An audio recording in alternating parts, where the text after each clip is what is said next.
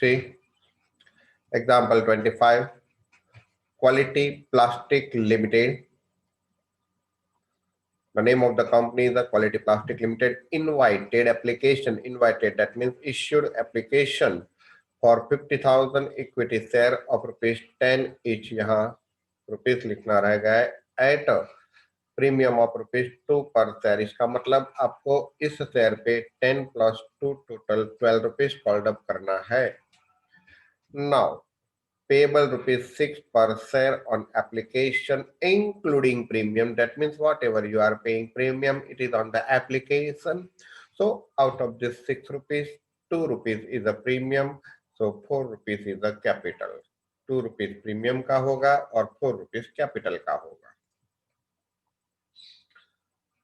₹4 per share on allotment and ₹2 per share on the final call. तो इस company कैसे मंगवा रही है? 6 + 4 + 2 टोटल कितना हुआ आप कैलकुलेशन कर सकते हो। ₹12 में आपको यहाँ मैंने बताया है ₹10 कैपिटल का है, ₹2 प्रीमियम का है। प्रीमियम कब कंपनी मंगवाती है? तो एप्लीकेशन के साथ मंगवाती है। तो ये जस्ट इंफॉर्मेशन हुई। अब the entire amount of the share money is received in a full with the exceptions of, क्या लिखा है? exceptions of allotment money on 3,000 share and final call money on 4,000 share, including 3,000 share on which the allotment money has not been paid. Means allotment money पे 3,000 share की amount नहीं मिल रही है और application final call के money पे 4,000 share की amount नहीं मिल रही है। मीन्स अलॉटमेंट के ऊपर 3,000 और फाइनल कॉल के ऊपर, फाइनल कॉल के नीचे अंडरलाइन करके बाजू में लिखो 4,000। इसका मतलब क्या है कि ये जो 3,000 शेयर है इंक्लूडिंग 4,000 में 3,000 इंक्लूडिंग है। यदि आपने आपको ऐसा बोला होता एक्स्ट्रा 4,000 शेयर एक्सेप्ट दिस 3,000, तो इसका मतलब ये 3,000 शेयर का अलॉटमेंट का नहीं मिला है, तो इसका मतलब फाइनल कॉल का भी नहीं मिलेगा और दूसरा 4,000 शेयर पर फाइनल कॉल का नहीं मिलता है। तो फाइनल कॉल का टोटल 4,000 + 3,000 7,000 होता। लेकिन यहाँ ऐसा नहीं कहा है। आपने आपको बोला है कि 3,000 शेयर पे अमाउंट नहीं मिल रही है अलॉटमेंट मनी की एंड फाइनल कॉल मनी का 4,000 शेयर पे नहीं मिल रहा है। ये 4,000 में जो 3,000 एप्लीके अलॉटमेंट का नहीं मिला था ये इंक्लूडेड है। क्या लिखा है? इंक्लूड है, इंक्लूडिंग अबाउट 4,000। तो टोटल 4,000 शेयर पे टोटल हमने अमाउंट नहीं मिला। तो डिफॉल्टर कितना शेयर होल्डर्स होगा? 4,000 शेयर। जो जिसने 3,000 शेयर, एक तो इसका मतलब ऐसा हुआ ये 4,000 में एक पर्सन ऐसा है कि जो 3,000 शेयर होल्ड ऑन करता है और दूसरा पर्सन ऐसा है जो 1,000 शेयर होल्ड ऑन करता है। इसका मतलब ऐसा हुआ जिसने 3,000 शेयर होल्ड ऑन किया है वो अलॉटमेंट एंड फाइनल कॉल नहीं मिल पे कर रहा है और जिसने 1,000 शेयर होल्ड ऑन किया है वो फाइनल कॉल अमाउंट नहीं पे कर रहा है। इसका मतलब ऐसा हुआ। तो ये 4,000 share were duly forfeited. 3,000 share on which allotment money has not been paid were reissued at ₹8 per share as a fully paid up. Fully paid up means ₹10 के सामने हम ₹8 ले रहे हैं, बाकी का अमाउंट हमको कॉल्ड अप करना नहीं है। तो हमने फॉरफिट कितना किया? 4,000 और रीइश्यू कितना किया? 3,000। तो इसका मतलब ये क्या हुआ? पार्टली री इश्यू।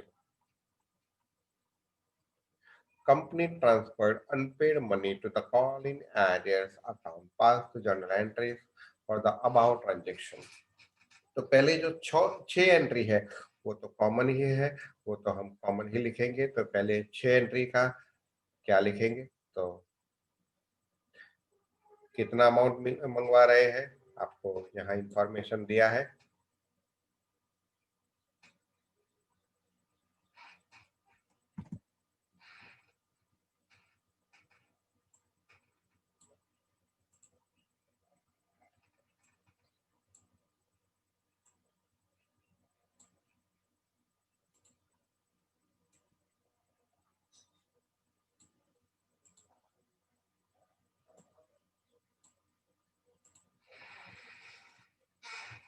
तो देख सकते हो आप कितना शेयर का एप्लीकेशन है, इश्यूड कितना किया है 50,000। अलॉटमेंट अच्छा एप्लीकेशन कितने शेयर का इश्यूड किया है, तो यहाँ आपको लिखा है entire amount on money is issued in full. इसका मतलब जितना शेयर हमने री इश्यू किया था उसका पूरे पूरा अमाउंट आपको मिल गया है। अब आपके दिमाग में एग्जाम्पल है, आपके पास पैम्पलेट भी है, अब आपको देखना है। मुझे तो याद है एग्जाम्पल में क्या लिखा है और क्या नहीं लिखा है। तो जर्नल एंट्रीज क्या लिखेंगे, journal entries in the books of quality products limited. तो पहले हेडिंग लिखो, everyone can start example journal entry in a books of quality products limited।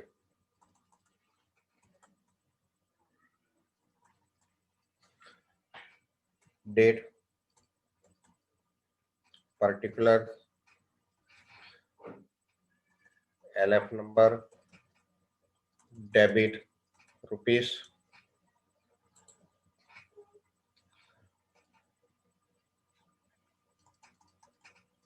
Credit rupees.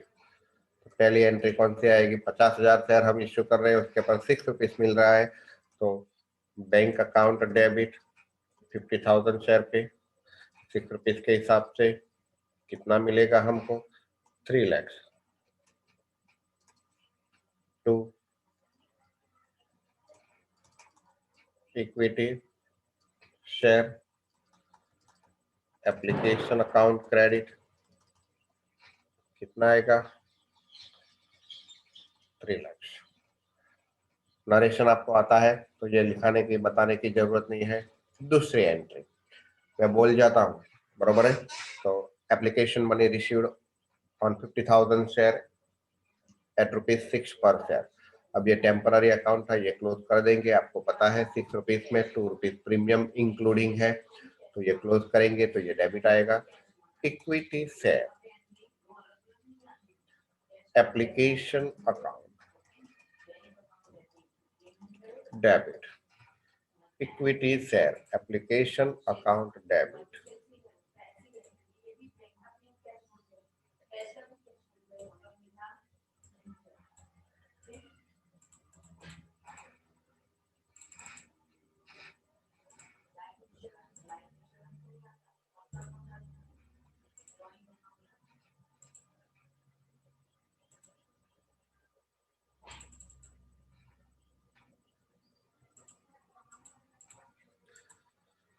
तो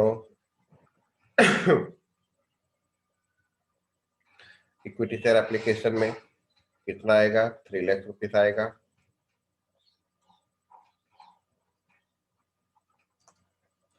अब उसमें आप 4 रुपीज कैपिटल का है, एक्सेस अमाउंट तो कोई भी नहीं है, तो जितना कैपिटल का है वो कहाँ ट्रांसफर करेंगे, equity share capital account credit.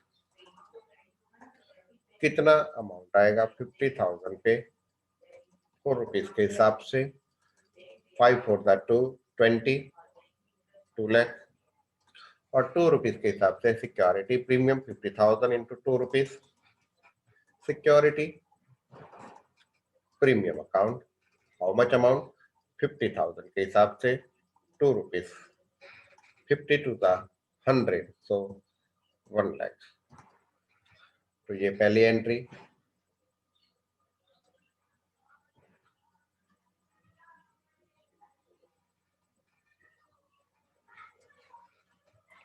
ये दूसरी एंट्री, इसका नरेशन क्या आएगा, being 4 rupees per share application money transfer to capital account, 4 rupees per share application money transfer to capital account, and 2 rupees per share application money transfer to capital account। Otherwise आप ऐसा भी लिख सकते हैं, 4 rupees per share application money, otherwise ऐसा भी लिख सकते हैं, out of application money ₹4 per share transfer to capital and ₹2 per share transfer to security premium. अब हम कितना अमाउंट कॉल्ड अप करेंगे, तो तीसरी एंट्री कितना कॉल्ड अप करेंगे, अलॉटमेंट का। तो आपको पता है 4 रुपीज हमको, यहाँ आप देख सकते हो एग्जाम्पल में कितना मंगवाना है हमको। तो 6 रुपीज एप्लीकेशन का है, और 4 रुपीज अलॉटमेंट का है, उसमें 3000 नहीं मिलता है। तो ये दिमाग में रखना है एंट्री लिखने के लिए। तो स्टार्ट करो, पहले 50,000 शेयर पे 4 रुपीज मंगवाएंगे अलॉटमेंट का। तो इक्विटी शेयर लिखो, अलॉटमेंट अकाउंट डेबिट। तो 50,000 शेयर पे 4 रुपीज के हिसाब से कितना आएगा, 2 लाख। सभी अमाउंट कैपिटल का पार्ट है। तो equity share capital account credit 2 lakh.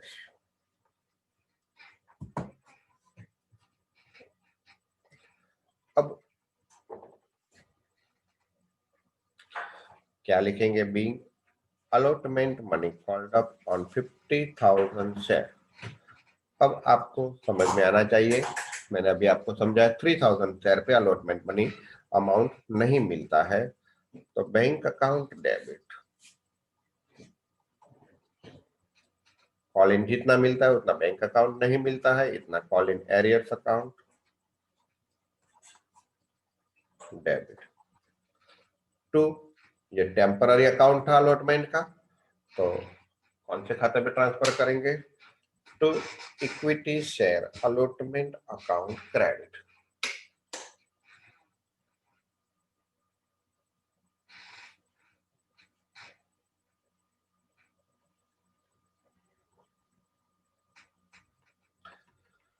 Equity share allotment account credit. तो अलॉटमेंट का डेबिट कितना था, देखो 2 लाख। ये टेम्पररी अकाउंट था, मैंने अभी आपको समझाया। तो उसको क्या करेंगे, क्रेडिट करेंगे। तो 2 लाख क्रेडिट। अब इसमें जितना आता है वो डेबिट, बैंक अकाउंट नहीं आता है। तो कितने शेयर पे नहीं आता है, 3000 शेयर पे 4 रुपीज के हिसाब से 12,000 नहीं आता है। तो 2 लाख में से 12,000 नहीं आता है, तो ये माइनस करो। तो कितना आएगा, 1,88,000।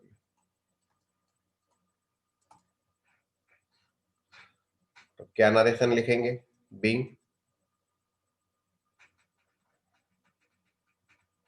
क्या लिखेंगे, being allotment money received except on 3000 share. अब फाइनल कॉल का मंगवाएंगे। तो fourth fifth entry, equity share final call account credit to equity share capital account credit. पूरा अमाउंट कैपिटल का ही है, कितना मंगवाएंगे, तो 50,000 शेयर पे आपने एग्जांपल में देख लिया है, 2 रुपीज के हिसाब से हम कितना मंगवाते हैं, 1 लाख और 1 लाख। बीइंग, क्या लिखेंगे, final call money called up. अब आपको समझना है, ये जो अमाउंट फाइनल कॉल का कॉल्ड अप किया है वो टेम्पररी है, उसको क्लोज करेंगे। तो जितना मिलता है इतना bank account debit, bank account debit. जो नहीं मिलता है वो call in arrears account debit.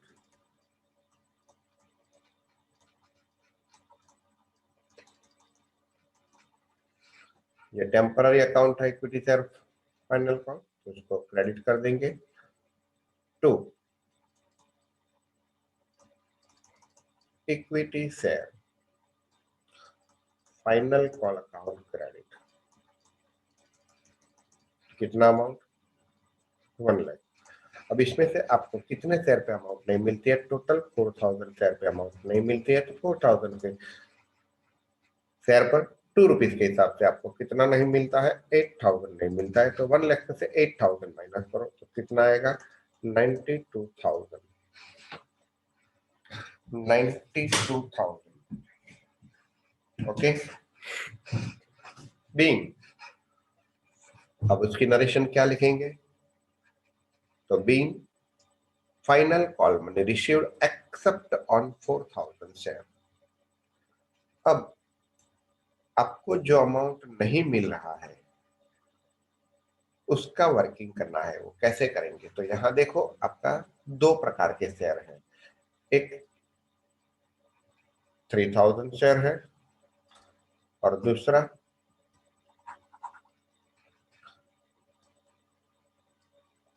1000 share.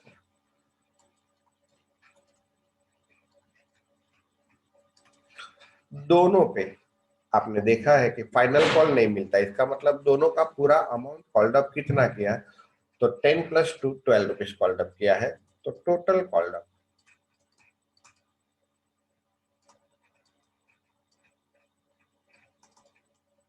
₹12। इधर ऑल्सो टोटल कॉल्ड अप ₹12। अब आप इसमें देख सकते हो 12 रुपीज में 10 रुपीज कैपिटल का है और 2 रुपीज प्रीमियम का है।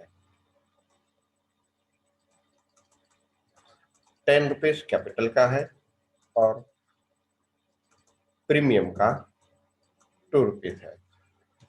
इसमें भी आप देख सकते हो 12 रुपीज में से 10 रुपीज कैपिटल का है और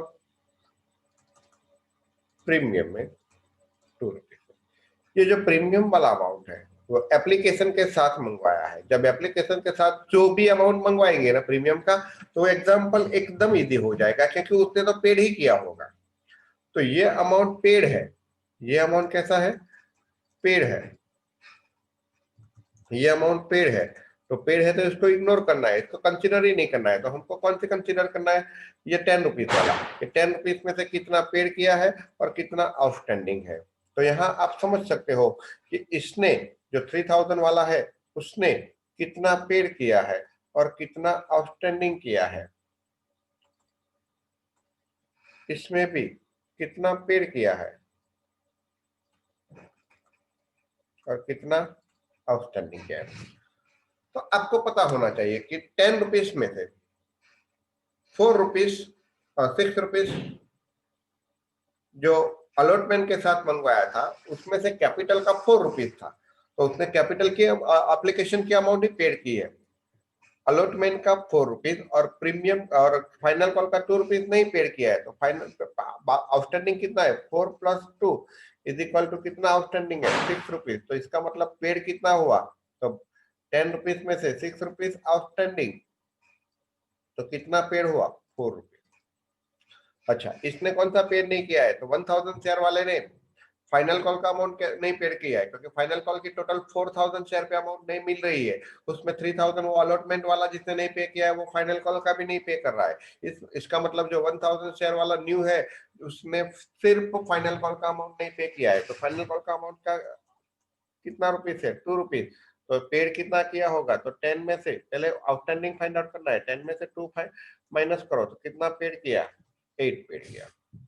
तो अब दोनों का जो कैपिटल का अमाउंट है वो कैपिटल का अमाउंट क्या करेंगे, दोनों का डेबिट करेंगे, क्योंकि दोनों का शेयर हम क्या कर रहे हैं, जब्त कर रहे हैं, फॉरफिट कर रहे हैं, तो दोनों का डेबिट करेंगे।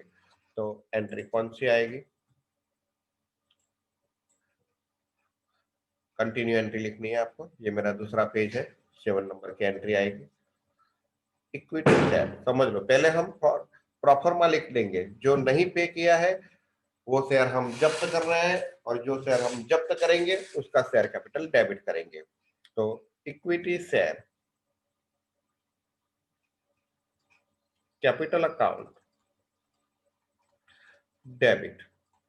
अच्छा, टोटल कितना शेयर हम जब्त कर रहे हैं, 4000। 4000 शेयर पे टोटल 10 रुपीज नहीं मंगवाया है, तो इसीलिए कंबाइन एंट्री लिख रहे हैं 40,000।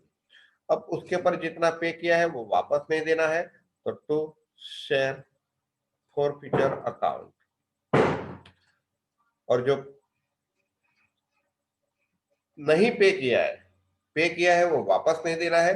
जो नहीं पे किया है उसको उसके खाते में क्रेडिट कर दो। तो कौन सा अमाउंट नहीं पे किया है, तो 3000 शेयर वाले ने अलॉटमेंट एंड फाइनल कॉल का अमाउंट नहीं पे किया है, और फर्स्ट कॉल वाला और जो 1000 शेयर है उसने फाइनल कॉल का, means to equity share allotment account credit to equity share final call account credit। अब यहां आपको अमाउंट लिखनी है, तो अमाउंट कौन सी आएगी? तो शेयर फॉरफिटर में कौन सी आएगी? तो देखो, जो 3000 शेयर है उसने 4 रुपीज पे किया है, और 1000 शेयर है उसने 8 रुपीज पे किया है। आपको मैं फिर से वर्किंग बताता हूं जिससे आपको मालूम हो जाए कि 3000 शेयर वाले ने कितना पे किया है। तो यहाँ आप देख सकते हो 3000 शेयर वाले ने कितना पे किया है, 4 रुपीज, और 1000 शेयर वाले ने कितना पे किया है, 8 रुपीज। तो इसी के हिसाब से 3000 इंटू 4 एंड 1000 इंटू 8। तो अलॉटमेंट का टोटल कितने शेयर पे बाकी है? तो 3000 शेयर पे बाकी है। 3000 शेयर पे अलॉटमेंट का कितना था टोटल? 4 रुपीज। और इसका टोटल कितना था 4000 शेयर पे? 2 रुपीज। समझ लो, प्रीमियम का अमाउंट मिल गया है तो इग्नोर करना है।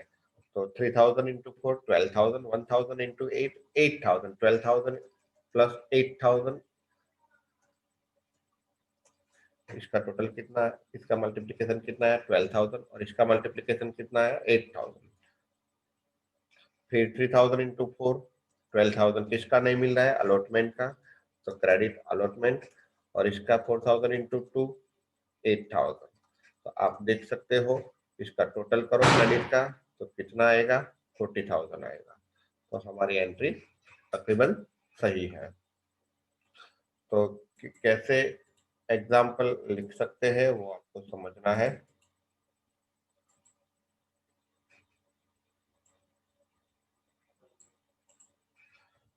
अच्छा, नरेशन में क्या लिखेंगे? Being 4000 share, being 4000 share forfeited due to non-payment of 4000 share forfeited due to non-payment of allotment money and final call money। allotment money and final call money ये हम जब्त कर रहे हैं।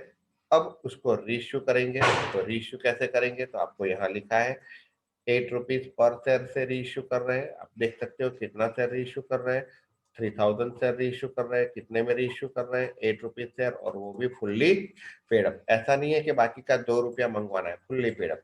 तो उसका एंट्री का हम फॉर्मेट लिख देते हैं पहले। Bank account debit 3000 share 8 rupees से रीइश्यू कर रहे हैं, जो नहीं मिलता है वो लॉस है। तो क्रेडिट कितना करेंगे? Fully paid up to equity share capital account credit 3000 share into 10 30,000, 3000 into 8 24,000। तो शेयर लॉस जो हुआ वो कौन से खाते में आएगा? Share forfeiture account debit. तो कितना लॉस हुआ 3000 शेयर पे? 2 रुपीज के हिसाब से 6000। आप समझ सकते हो 30,000 डेबिट 30,000 क्रेडिट। अब शेयर फॉरफिट करने से एंड रीइश्यू करने से जो प्रॉफिट होता है वो कहाँ ट्रांसफर करेंगे? कैपिटल रिजर्व में। तो share forfeiture account debit to capital reserve account credit. अब आपको समझना है शेयर फॉरफिचर में क्रेडिट कितना था। तो आपने कौन सा शेयर रीइश्यू किया है? 3000 वाला शेयर रीइश्यू किया है। ये 1000 वाला शेयर अभी रीइश्यू किया, तो 3000 शेयर में फॉरफिटेड क्रेडिट कितना था? 4 रुपीज। और जब रीइश्यू किया तो लॉस कितना था? 2 रुपीज। तो नेट प्रॉफिट कितना हुआ? आप समझ सकते हो, 2 रुपीज नेट प्रॉफिट। तो जो नेट प्रॉफिट होता है शेयर फॉरफिट करके और अलॉटमेंट करके। समझ लो हमने 4000 शेयर फॉरफिट किया है, 4000 शेयर फॉरफिट किया है, लेकिन री इश्यू कितना किया है 3000। तो ये री इश्यू कौन सा है? तो जो 3000 शेयर हमने 4000 में जो 3000 शेयर फॉरफिट किया था वो ही री इश्यू किया है। तो 3000 का ही पर शेयर प्रॉफिट लेना है। तो पर शेयर जब जब तक किया तो कितना प्रॉफिट था 4, और री इश्यू किया तो कितना लॉस था 2 रुपीज। तो नेट प्रॉफिट कितना हुआ बाकी का 2 रुपीज। तो 3000 शेयर का 2 रुपीज के हिसाब से 6000 हम कहा ट्रांसफर करेंगे? कैपिटल रिजर्व अकाउंट में। यहां नरेशन लिखेंगे, profit on forfeited and reissued of 3000 share. Profit on forfeited and reissue of 3000 share transferred to capital reserve account. Transferred to capital reserve account. इस तरह से हमने ये 25th वाला एग्जाम्पल सॉल्व किया। 26 वाला एग्जाम्पल होमवर्क में है, वो आपको अपने आप करना है। अब हम नेक्स्ट पीरियड में 27 वाला एग्जाम्पल सॉल्व करेंगे और उसके बाद प्रो रेटा अलॉटमेंट। So good day.